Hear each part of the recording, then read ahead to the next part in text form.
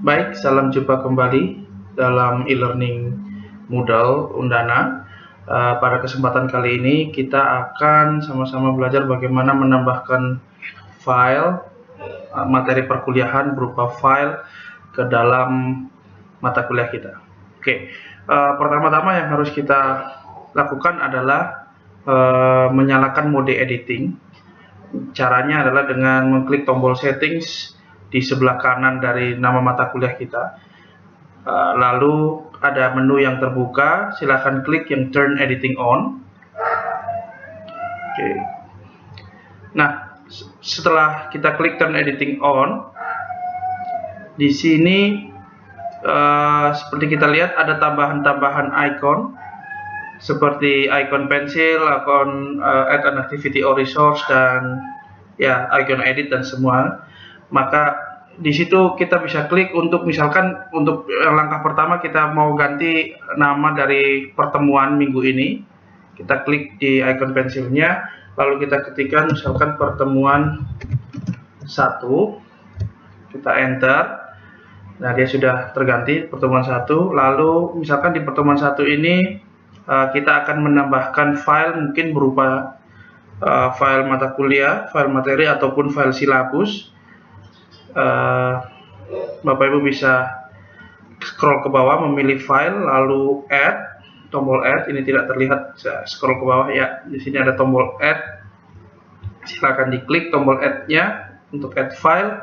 Nanti kita akan disuguhkan dengan memberi pengisian form, pengisian file secara umum. Jadi kita tulis misalkan nama filenya silabus, misalkan begitu. Terus deskripsinya kita tulis file ini misalkan ya berisi silabus mata kuliah tutorial e-learning. Ini silakan dicetak supaya bisa tertampil di depan. Lalu kita upload filenya. Nah, di sini ada dua cara upload file. Yang pertama adalah dengan menggunakan metode klik upload. Di sini klik add file, terus upload file, choose file, terus kita pilih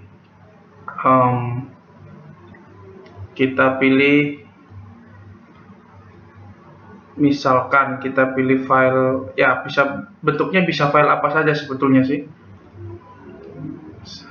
Ya, ini kebetulan saya punya contoh file Word, file silabus. Ya, kita klik, kita open. Nah, setelah sudah terupload, kita klik upload file. Maka kalau uploadnya berhasil, maka file kita akan di list di sini. Nah, dia langsung tahu bahwa ekstensi file kita itu doc atau docx, maka dia tahu di sini adalah file Word, begitu. Cara yang kedua itu bisa dengan drag and drop. Jadi kita buka Explorer, terus kita drag and drop ke dalam ya yang ada anak panah biru itu. Nah, kalau kita sudah drag and drop, silahkan men-setting lanjutan, yaitu appearance, itu penampilkannya, bagaimana file ini ditampilkan. Ya, kalau bingung memang paling gampang di automatic, karena nanti dia akan tahu file itu secara otomatis dia mau menampilkan seperti apa di halaman mata kuliah nanti. Ya, ada embed, ada force download, ada open, terus ada in pop up begitu ya. Oke, lalu kita punya common module settings. Ya, availability-nya apakah itu ditunjukkan kepada mahasiswa atau disembunyikan dari mahasiswa, tinggal dipilih saja menunya. Berikutnya restrict access, itu untuk mengatur bagaimana file ini akan diakses oleh mahasiswa. Boleh langsung diakses ataukah mahasiswa harus memenuhi persyaratan tertentu untuk mengakses file ini. Nah, untuk itu coba kita klik add restriction. Ya, di sini ada 4 pilihan pembatasan untuk mengakses file itu. Yang pertama adalah tanggal. Itu adalah kita membatasi kapan file ini baru bisa diakses. Terus yang berikutnya nilai. Apakah file ini bisa diakses oleh semua mahasiswa atau hanya mahasiswa-mahasiswa yang memenuhi nilai-nilai tertentu.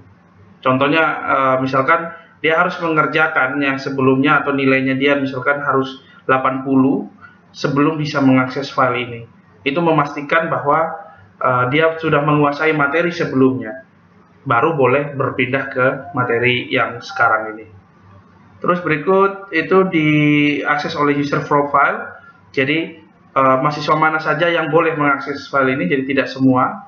Itu yang berikutnya itu adalah set pembatasan atau restriction set. Itu kita menggabungkan antara tanggal, grade, dan user profile. Jadi kita gabung tiga kriteria itu menjadi satu pembatasan khusus. Jadi semua mahasiswa harus memenuhi batasan-batasan yang kita berikan baru bisa mengakses file ini. Tapi ini file silabus, jadi tidak perlu ada restriction sama sekali. Oke, mungkin ya setelah itu kita bisa langsung save and return to course atau save and display. Jadi kalau masih mau menambahkan file lain, silahkan save and return to course. Tapi kalau sudah, silakan save and display supaya bisa melihat hasilnya nanti seperti apa. Kita save and display.